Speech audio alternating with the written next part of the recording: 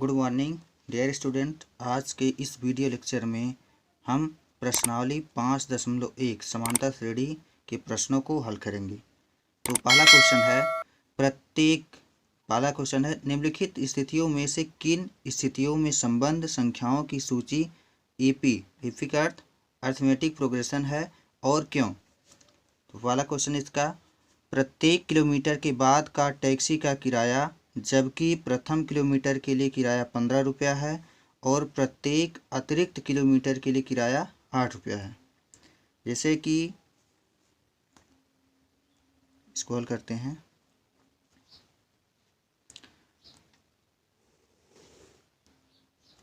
किसी चिन्ह बना लेते हैं। यहाँ से यहाँ तक की डिस्टेंस मान लेते हैं 1 किलोमीटर है और प्रत्येक किलोमीटर के बाद टैक्सी किराया जबकि प्रथम किलोमीटर के लिए किराया 15 रुपया है। तो इसका 1 किलोमीटर किराया 15 रुपया है।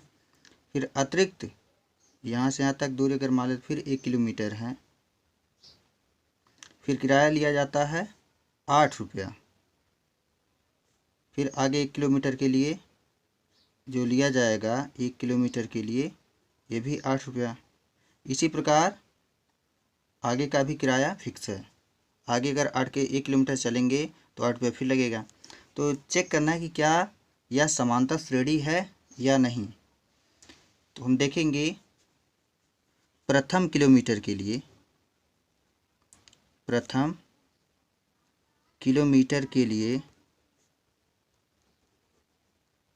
किराया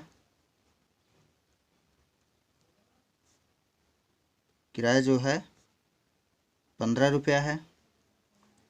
फिर यहाँ से यहाँ तक दूसरे किलोमीटर के लिए यानी कि 2 किलोमीटर के लिए किराया जो हो जाएगा 15 + 8 हो जाएगा 23 रुपया।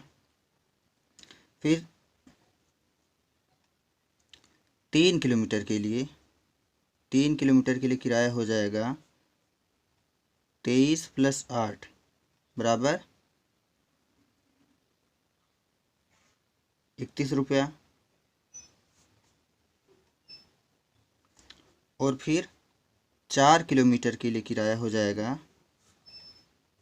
31 + 8 बराबर 39 रुपया। तो हम देख रहे हैं जो इसका क्रम जो बन रहा है, पहले 15 रुपया लगा, फिर 23 रुपया 2 किलोमीटर का, फिर 3 किलोमीटर का 31 रुपया, फिर 4 किलोमीटर का 39 रुपया। इसी प्रकार से बढ़ता जाता है।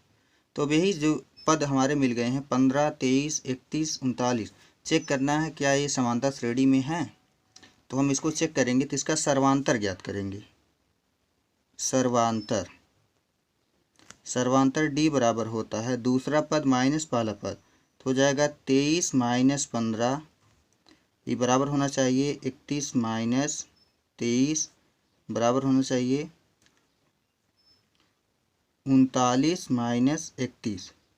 हम देख रहे हैं D का मान जो प्रत्येक स्थिति में बराबर आता है। 30 में से 15 घटाएंगे तो 8 आएगा, तो इसमें भी 8 आएगा, इसमें भी 8 आएगा, इसी प्रकार से आगे भी 8 ही आएगा। इसलिए दी गई श्रेणी, दी गई स्थिति AP में है, AP में है, बस यही आंसर हो जाएगा इसका। क्वेश्चन नंबर 2 पहले का दूसरा है, किसी बेलन में उपस्थित हवा की मात्रा जबकि वायु निकालने वाला पंप प्रत्येक बार बेलन की शेष हवा का 1/4 भाग बाहर निकाल देता है। तो इसको हल करेंगे। जैसे कोई एक बेलन मान लेते हैं,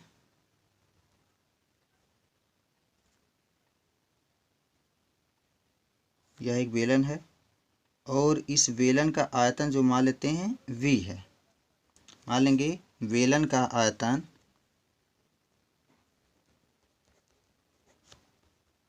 माना बेलन का आयतन बराबर V मान लेते हैं। तो जब बेलन का आयतन V है जबकि y निकालने वाला पंप प्रत्येक बार बेलन की शेष हवा का 1/4 भाग बाहर निकाल देता है। तो पहली स्थिति में प्रथम बार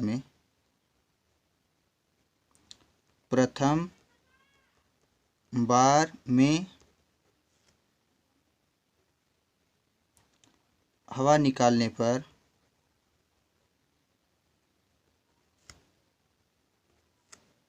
बचा आयतन बराबर हो जाएगा V, कुल आयतन में से कुल आयतन का 1/4 भाग बाहर निकल जाता है तो हो जाता है 3V/4। प्रथम बार में आता है 3V/4। अब फिर जो है इसका 1/4 आयतन निकल जाता है, तो दूसरी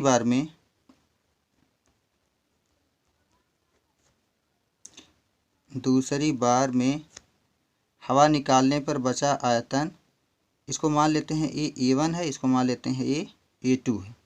तो ये हो जाएगा 3V/4 माइनस 1/4 होगा, फिर इसका 1/4 हो जाएगा 3V/4 होगा। इसको कैलकुलेट करेंगे तो ये आ जाएगा 9V/16, या इसको लिख सकते हैं 3/4 का होल स्क्वायर इंटू V लिख सकते हैं। दूसरी बार में इतना आयतन आ गया।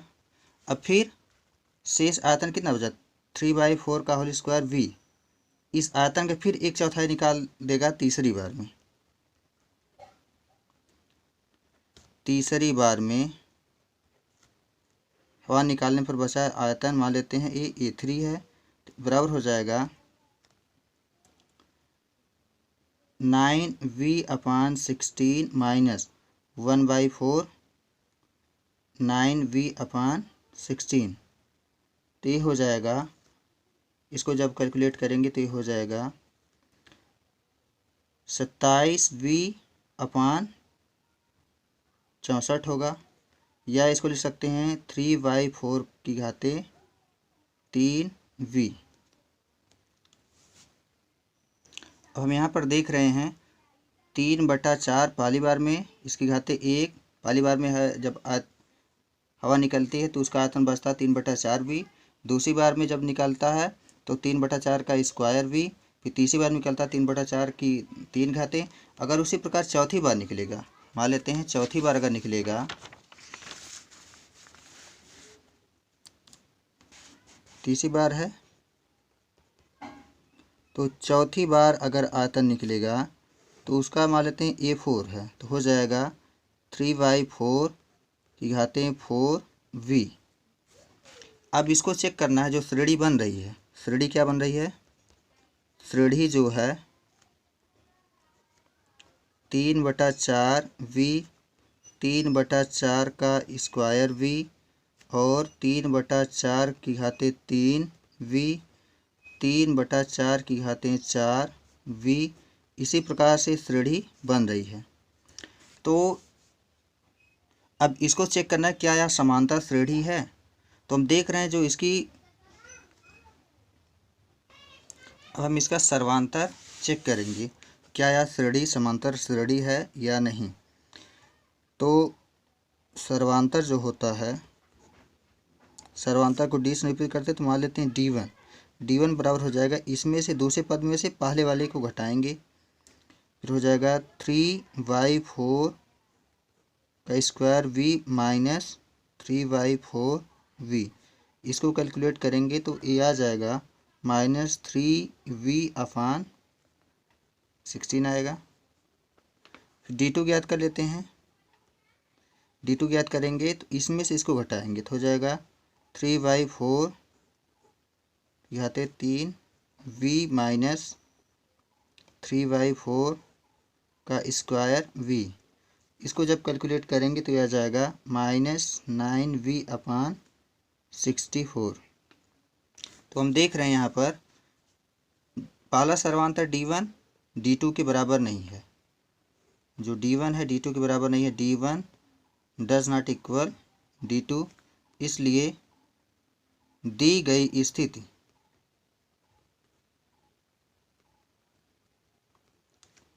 एपी नहीं है।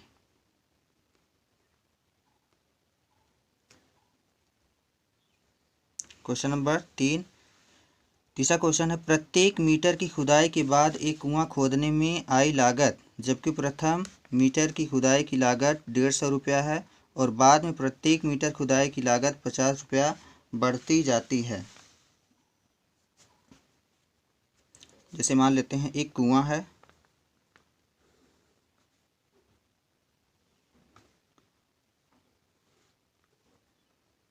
और ये इसका ग्राउंड लेवल है, GL ग्राउंड लेवल। तो यहाँ से 1 मीटर का अगर कोई खुदाई करता है, खुदाई की जाती है, तो उसमें यह 1 मीटर है, खुदाई की जाती है, तो प्रथम मीटर का जो रुपया लगता है 150 रुपया लगता है। फिर 1 मीटर और खुदाई की जाती है, तो फिर उसमें जो लागत होती है 50 रुपये बढ़ती जाती है। फिर 1 मीटर की खुदाई पर फिर 50 रुपये बढ़ती जाती है। फिर 1 मीटर की खुदाई पर यहाँ फिर 50 रुपये बढ़ती जाती है। तो यही चेक करना है कि क्या ये श्रेणी समांतर श्रेणी बनेगी कि नहीं। तो यहाँ इसको हल करेंगे। 1 मीटर खुदाई की लागत बराबर 150 रुपया, इसलिए 2 मीटर खुदाई की लागत कितनी होगी, 1 मीटर का 50 रुपया, फिर अगले 1 मीटर का 50 रुपया, तो हो जाएगा 150 में हम 50 जोड़ देंगे तो आ जाएगा 200 रुपया हो जाएगा। फिर 3 मीटर खुदाई की लागत हो जाएगी, फिर 200 में प्लस 50 जोड़ देंगे तो हो जाएगा यहाँ पर 250 रुपया।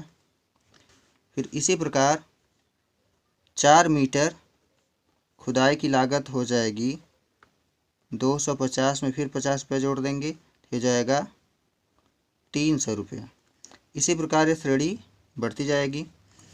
तो हम देख रहे हैं जो श्रेणी बन रही है, हमारी श्रेणी जो बन रही है, श्रेणी है 150, 200, 250, 300, इसी प्रकार से।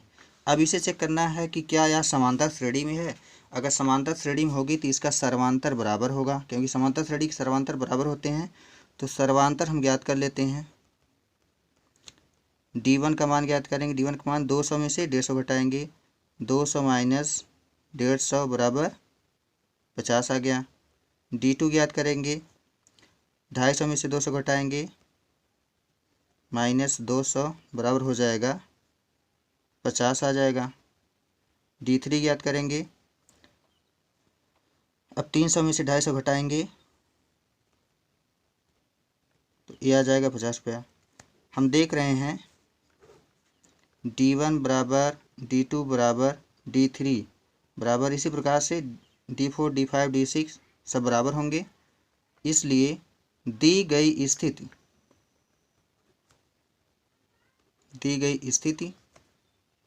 एक AP है।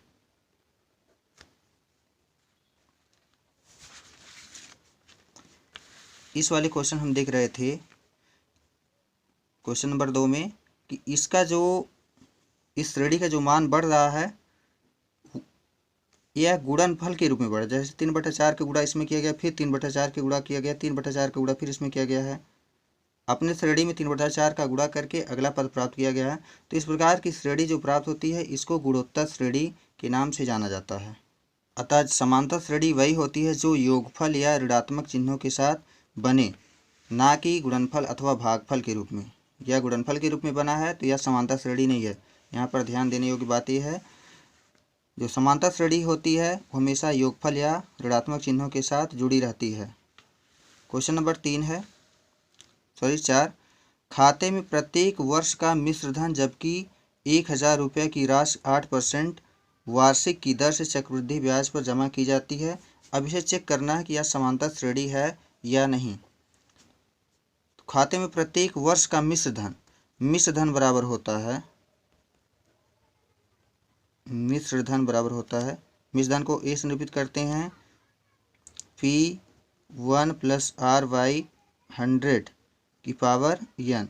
अब हम यहाँ पर देख रहे हैं जो श्रेणी बनेगी यह गुणोत्तर श्रेणी, क्योंकि इसका जो मान होगा वो घातों के रूप में बढ़ रहा है। अब चेक कर लेते हैं कि यह घातों के रूप में आता है कि नहीं। तो मान लेते हैं मिश्रधन पहले वर्ष का मिश्रधन A1, इसको मान लेते हैं पहले वर्ष का मिश्रधन,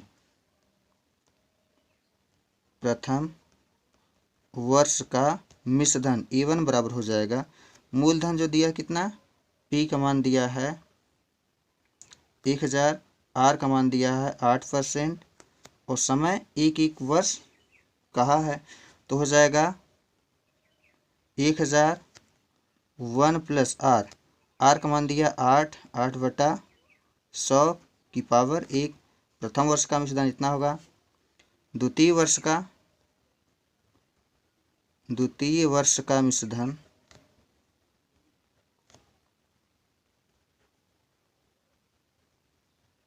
मान लेते हैं यह A2 है, तो A2 बराबर हो जाएगा, यहाँ पर एक जीरो और रहेगा,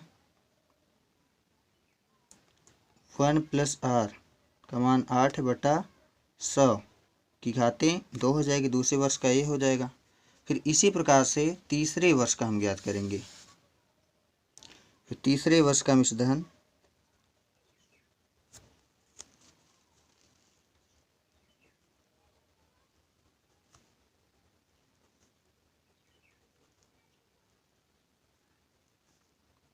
A3, तो A3 बराबर हो जाएगा 10,000 1 प्लस R का मान दिया 8/100 की घातें यहाँ 3 हो जाएगी। तो हम देख रहे हैं जो श्रेणी बन रही है, श्रेणी इसी प्रकार से बन रही है जैसे 10,000 1 प्लस 8/100 की पावर 1, दूसरा पद है 10,000 1 प्लस 8/100 की पावर 2, तीसरा पद है 10,000 1 प्लस 8/100 की पावर 3। इसी प्रकार से श्रेणी बन रही है। तो हम देख रहे हैं जो श्रेणी बन रही है यह गुणात्मक रूपों में बढ़ रही है, गुणात्मक रूप में बढ़ रही है। तो इसलिए हम डायरेक्टली कह सकते हैं चूँकि श्रेणी गुणात्मक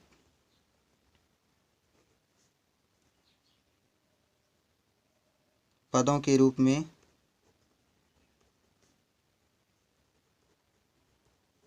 बढ़ रही है, इसलिए यह AP, इसलिए यह समांतर श्रेणी नहीं है।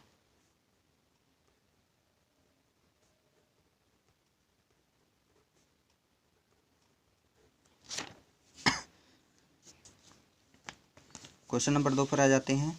क्वेश्चन नंबर 2 है दी हुई AP के प्रथम 4 पद लिखिए जबकि प्रथम पद A और सर्वांतर D निम्नलिखित है।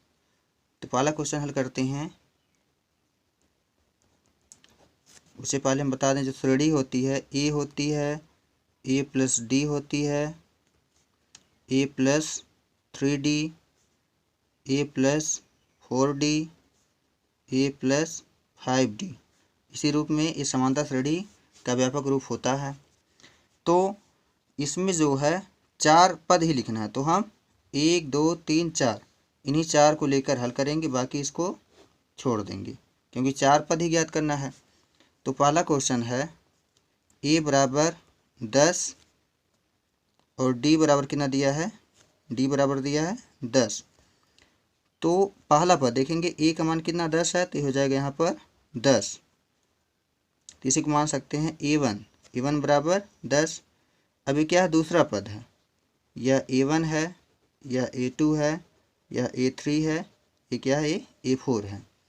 तो दूसरा पद जो है A2 बराबर हो जाएगा, A2 बराबर है A प्लस D है। तो A का मान दिया कितना 10 दिया है और D का मान दिया है 10, 10 10 20 हो जाएगा। फिर A3 तीसरा पद ज्ञात करेंगे। तीसरा पद क्या है, A plus 3D, A plus 3D बराबर A का मान कितना दिया है, A का मान 10 दिया, तो यहाँ पर रखेंगे 10 प्लस 3 इंटू D का मान कितना दिया है, 10 दिया है। सॉरी यहाँ पर 3D नहीं बल्कि यहाँ 2D होगा, 2D, यहाँ पर 3D होगा और यहाँ 4 होगा, यहाँ पर 2 रहेगा तो हो जाएगा, यहाँ भी 2 रहेगा, तो 10 और 10 दूना 20, 10 ये हो जाएगा 30। और चौथा पद हो जाएगा, चौथा पद है a plus 3D, a plus 3D है, तो हो जाएगा a का मान 10 दिया है प्लस 3 इंटू डी का मान 10 दिया है, तो बराबर हो जाएगा 10 3 30, 10 40 हो जाएगा। तो इस प्रकार से जो पहले पद की श्रेणी होगी, पहला क्वेश्चन है, तो हो जाएगी 10 20 30 40, इस प्रकार श्रेणी रहेगी। तो यही ज्ञात करना, तो ये आंसर हो जाएगा।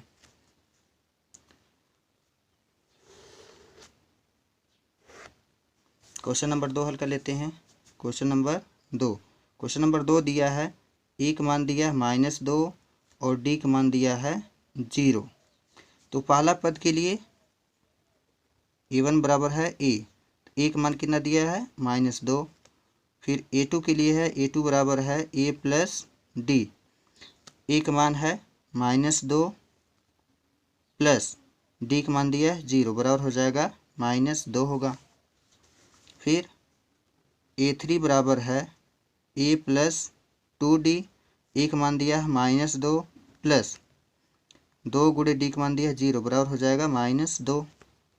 फिर a4 ज्ञात करेंगे, a4 तो a का मान दिया है, और यहाँ पर लिख देंगे a प्लस 3d, तो बराबर हो जाएगा a का मान दिया -2 प्लस 3 इंटू डी का मान दिया है 0, बराबर हो जाएगा -2। तो इस प्रकार से श्रेणी जो प्राप्त होगी हमारी, तो ये होगी -2 -2 -2 -2। क्वेश्चन नंबर 4 हल करते हैं। क्वेश्चन नंबर 4 जो दिया, a बराबर -1 और d बराबर 1/2, a बराबर -1, d बराबर 1/2।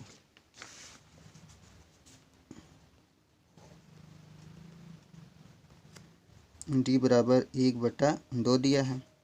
तो a1 बराबर होता है a का मान है -1। फिर a2 बराबर जो होता है a प्लस डी, तो हो जाएगा a का मान दिया -1 प्लस 1/2। फिर -1 प्लस 1/2 है, तो इसमें क्या करेंगे, पूरे में से आधा में से पूरा घटाएंगे तो -आधा बचेगा, तो बराबर हो जाएगा -1/2 होगा।